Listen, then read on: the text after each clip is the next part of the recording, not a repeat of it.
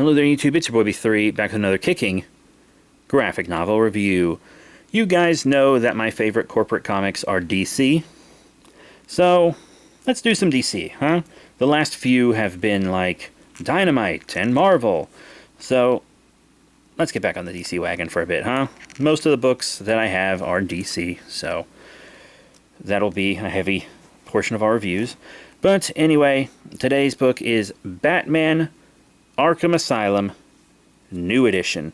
The full title is Batman Arkham Asylum, A Serious House on Serious Earth. This book predates DC's Black Label, but is now under DC's Black Label. The Black Label, of course, is just another Elseworlds label. It was originally supposed to be for mature books, which most of the books in it are. All-Star Superman they shoved in here, even though it's not really a mature book. I would let kids of most ages read All-Star Superman by Grant Morrison as well. They are truly a talented writer. But this book is very dark, mature audiences only, by Grant Morrison and Dave McKean. And it's a very unique and interesting book. A lot of Morrison's books are very confusing. They do a lot of unique stuff, though, and that's why Morrison is one of my favorite writers. I read Morrison's Batman run many times. I liked Morrison's Green Lantern. I know that's kind of a hot take, or at least a controversial one.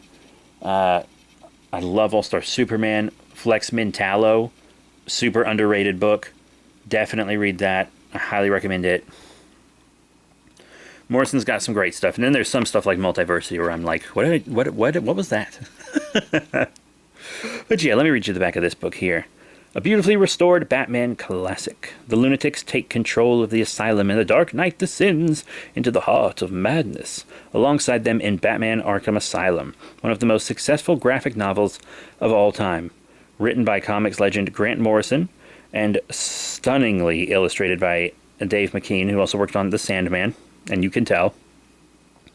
This dark and cerebral tale remains as captivating now as ever. For this newest edition, each page has been lovingly restored to its original color and quality by the artist himself.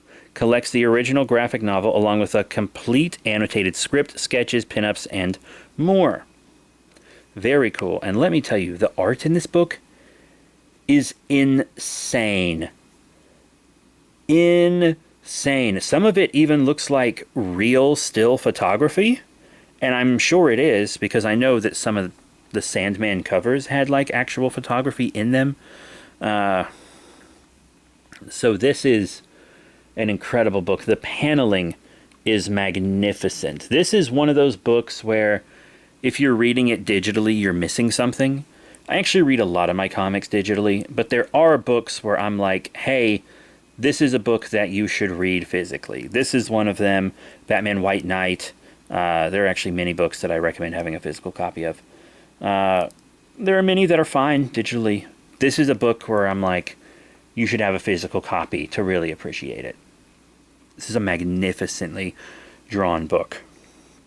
Just incredible. It talks about the history of Arkham Asylum, how it came to be, but also that's like the past. And also it's been taken over by the inmates who want Batman, and they're like playing these mind games with Batman, and he interacts with all of these different supervillains that he's put away in the asylum, who kind of show him things about himself he didn't want to know. The book shows us how insane Batman really is, with art that's just...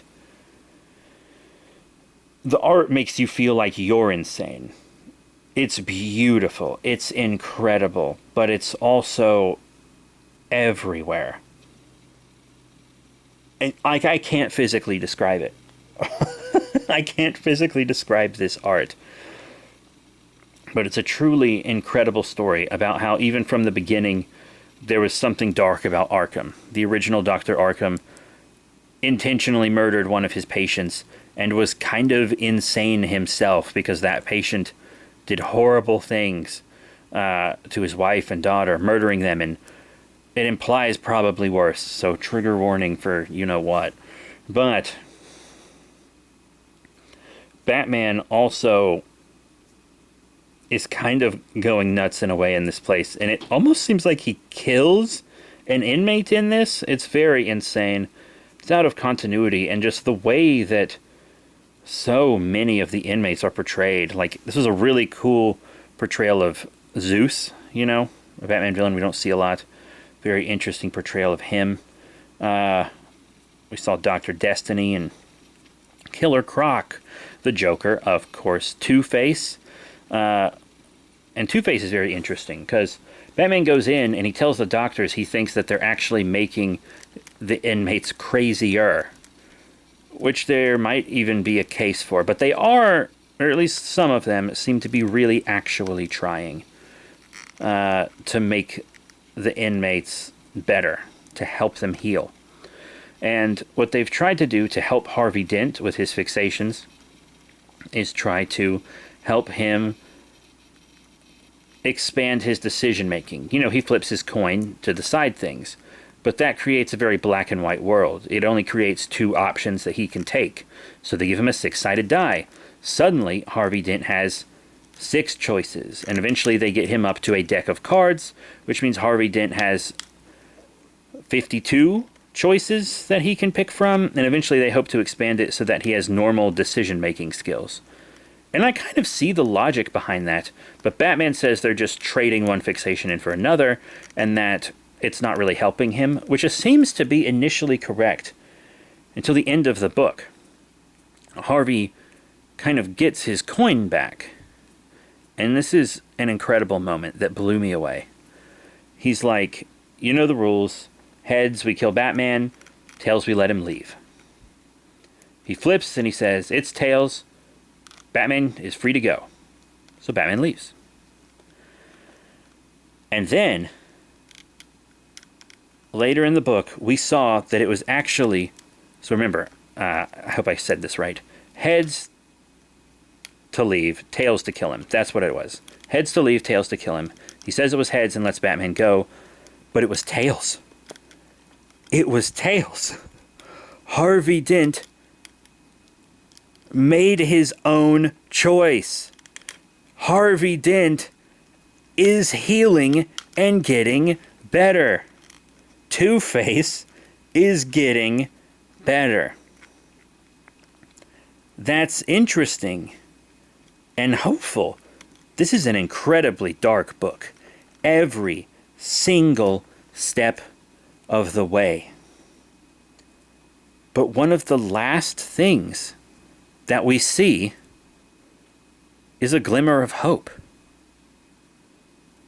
And it's beautiful. What a beautiful book. There's a lot of stuff in the back. I have mentioned before that I like looking at comic book scripts. I like when they're included in the trades.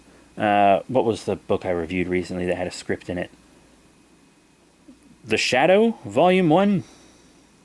Fire of Creation or something like that. It probably uploaded only a few days before this one. But yeah, it had a script too.